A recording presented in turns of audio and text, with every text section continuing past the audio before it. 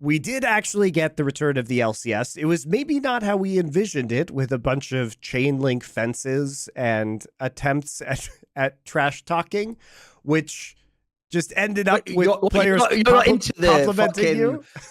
You're not into like what was it even, fucking ECW hardcore era of LCS, where it's like, it's like they're doing some like shit. It's like we've gone from wrestling in the arena to like the fucking back alleys and that. Like, why have we gone down a level like this? Because what's mad is, dude, I did get the vibe when I saw that studio. I thought you might be the only other person who can appreciate this. It reminded me of the beginning of the LCS, where it was just in a studio, but it was one room, you remember? And they had like a fucking paper divider with like a logo of Riot Games or something, and that was like between the two teams playing. It was mega janky like this. Like, it also looked like it was just in a back room back then. Like, this looks really fucking low. This was embarrassing, mate. This is fucking embarrassing. The aesthetic of this looked really trash.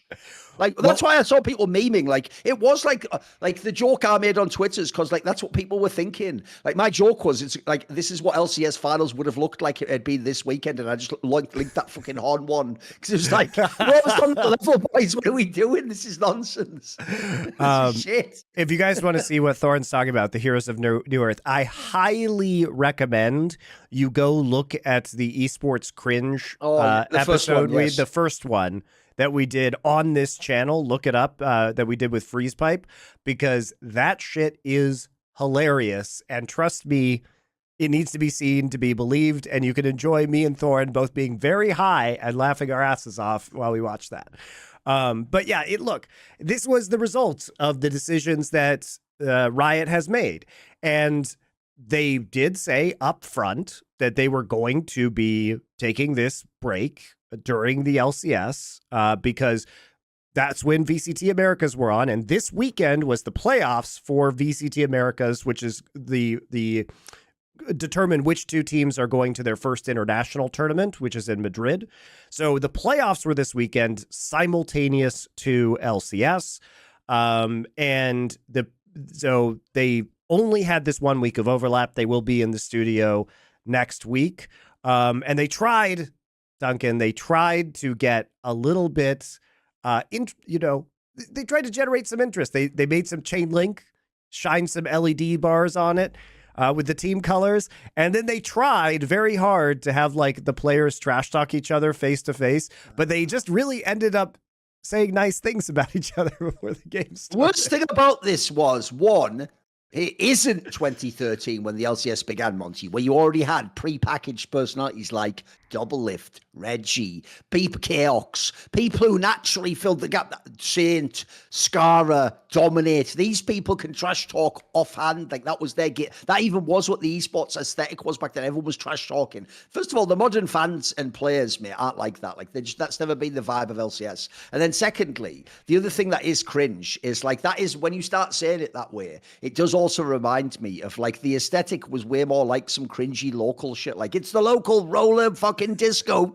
race of, come on guys, can sign up now before Saturday. Like, it had like a cringe vibe. Like, this was like a fucking one of those like fighting game things where it's just a local or something, was it? Like, this is supposed to be Monty. League of Legends in all of North America is being represented right now. All of North America. And we're in like the broom closet of VCT studio. Like, what are we doing? This is mental. Well, I just love it, Thorin, because I don't even understand why these decisions get made. So if you want, Thorin, riddle me this. If you wanted to take a break to have Valorant, then why not just take another week off? Yeah, you know what I mean? Because as we talked about last week, the LCK and the LEC finals before MSI are on the 14th of April. Okay.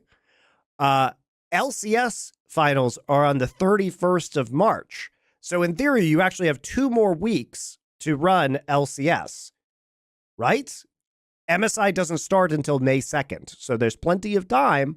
And so you could, in fact, as I pointed out last week, not run LCS finals on Easter Sunday for the 2nd year in a row, push them back 1 week so they're still before the LCK and LEC finals, so you don't have LEC and LCS on the same weekend. LPL final and playoff dates have not been announced yet, guys, so we don't know when those are. But you would still have 3 weeks before MSI. So my question is, why only a 2-week break? If you're going to take a break, and you have time on the other side, then why not just avoid this situation entirely? It also probably would be cheaper, I would imagine, because you don't have to set up this other secondary studio. So, this whole thing goes makes it obvious they just scrambled last minute and had to do it all this way. Like they clearly didn't plan any of this, mate. Because remember, it was already weird that LCS. I mean, they announced it before the season. They announced it before the season, so they knew they were doing this. I don't know, man. No, but I know what you mean. Like there's a million ways you could do this. You could delay an extra week. You could go back a week for an LCS. You could do literally anything except this. Like that's the weirdest part. Yeah, it's very strange. In fact, you know what I would even do, Monty? Here's even a cleverer angle, in my opinion. Just make it that 1 week, you make it sound like a road show, and you just go somewhere else in LA, and you just have maybe you do it outside or something. I don't fucking know. You do some cool angle to make it like a one-off cool, you know, like you have like you could do it like Bash in the Beach style, like you'd have fucking beach behind you or something cool like that, whatever angle you want. Here's my thing, Thorin. Here's my thing. So if you're going to set up this secondary studio, all right, let's just pretend they have to do it this way. Why not just run LCS for all of the weeks and then run a third round robin? Right? Because you have fewer matches because there are fewer teams in the league this time. So why not use those extra 2 weeks? Because what you need, guys, is 3 weeks for another round robin. You have 2 weeks of 2 and another super week, right? That gets you to the number of games you need. So if you push it off of Easter Sunday into the first weekend in April and you just run 3 more weeks in the middle, you get a third round robin. And there you go. Then you just use that studio, the small studio, for an entire round robin. And then you go back in for playoffs or whatever, right? Or you go in for you go back into the studio for the third round robin. There were a lot of ways, I think, that this could have been done. And it was kind of inexplicably handled. And like clearly the players were also not super thrilled with it because Zeyzal had a very hilarious like post-game interview where he said it was the first game he had ever won in a closet. So, I mean, clearly the players missed being on stage as well and thought the whole situation was kind of ridiculous.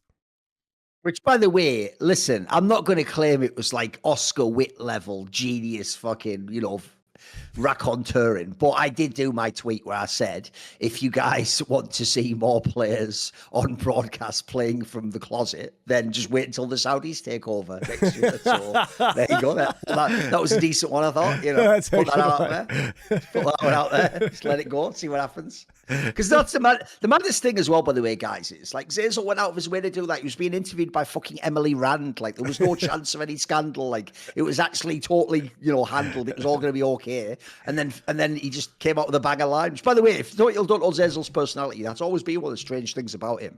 He comes off very likable and very amiable always, but he every now and then will just drop like a truth bomb like that. He'll just chuck it in there. So I was pretty spicy. I thought it was cool.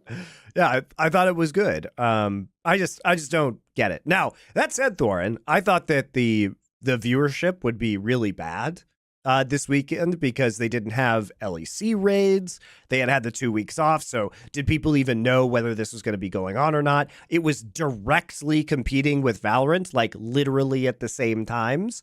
It did quite well in terms of viewership. And by quite well, I mean... No, Monty, that doesn't make sense. It logically can't have done well because they needed the studio for Valorant because everyone watches Valorant and League. Wait, this is what I mean, Monty. The worst thing about League is everything's a W. Like, we had teams. That's good, isn't it? We reduce. Well, now there's more competition. Fucking hell. There has to be L's somewhere in there. This is what Project L was, to finally admit we have an L. Like, mate, in that analogy, the whole reason, literally, that Riot tried to suggest is that they actually wanted us to believe VCT's a real thing that everyone watches from League. This means no one from League watches it, mate. How could viewership go up when it is at the same fucking time?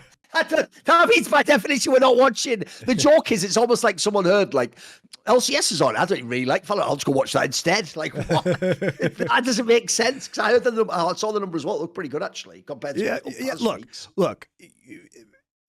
When I say pretty good, we have to be careful with our abuse of language because it's still bad, guys. Let's be clear. LCS viewership is still bad. It is bad compared to what it has been historically. It is the viewership is bad. But is it better than it has been at other points in time this split? Yes.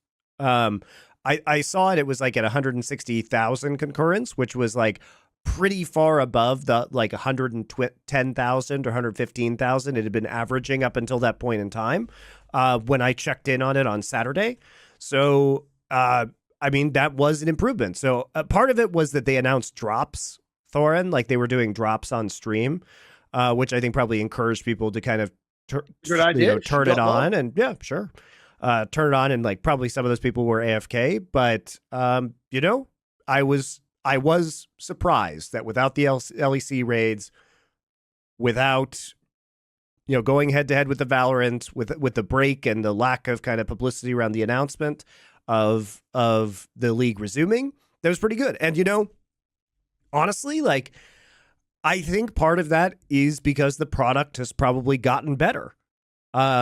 And the league is more exciting. I have myself, and I know this is, I know this is not an uncommon feeling right now. I have preferred watching LCS games to LEC games this year. I think the games have been more fun. I like more of the teams, and I'm interested in more of the teams and more of the players on the LCS side. Even if no team is anywhere close to as good as G2 is, the parity of the league, and even like, I love watching Shopify Rebellion, even though they're kind of bad. Sure. Like they're just fun. Yeah.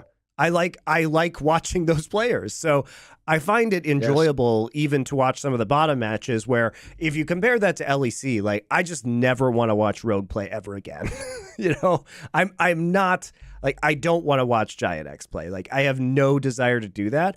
But even the Shopify Immortals games are kind of like piquing my interest in a way. I mean, the team might probably... It's basically the point.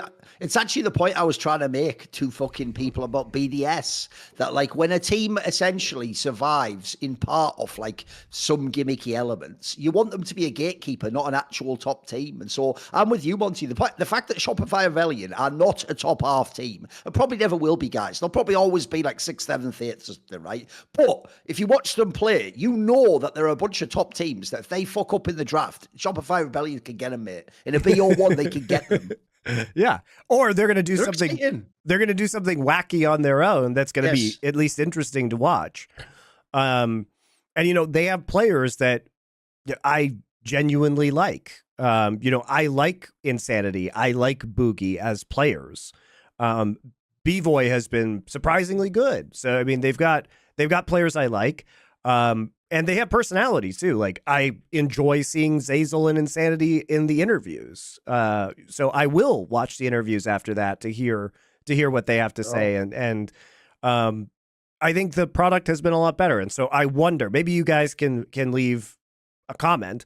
If you tuned in this weekend, were you like excited about it? Is that why you tuned in? Because I was surprised that the viewership was kind of higher than average given all of the factors that are going on. And that's a good sign for the LCS. And perhaps the product can save the thing. I don't believe that's true. We'll see if this trend continues, but it was encouraging. It was encouraging at the very least. If you're an LCS fan. Many of you probably just don't even care. See more cool, funny, interesting clips based on topics from my content? Well, subscribe to this channel then, or, be a pleb and don't.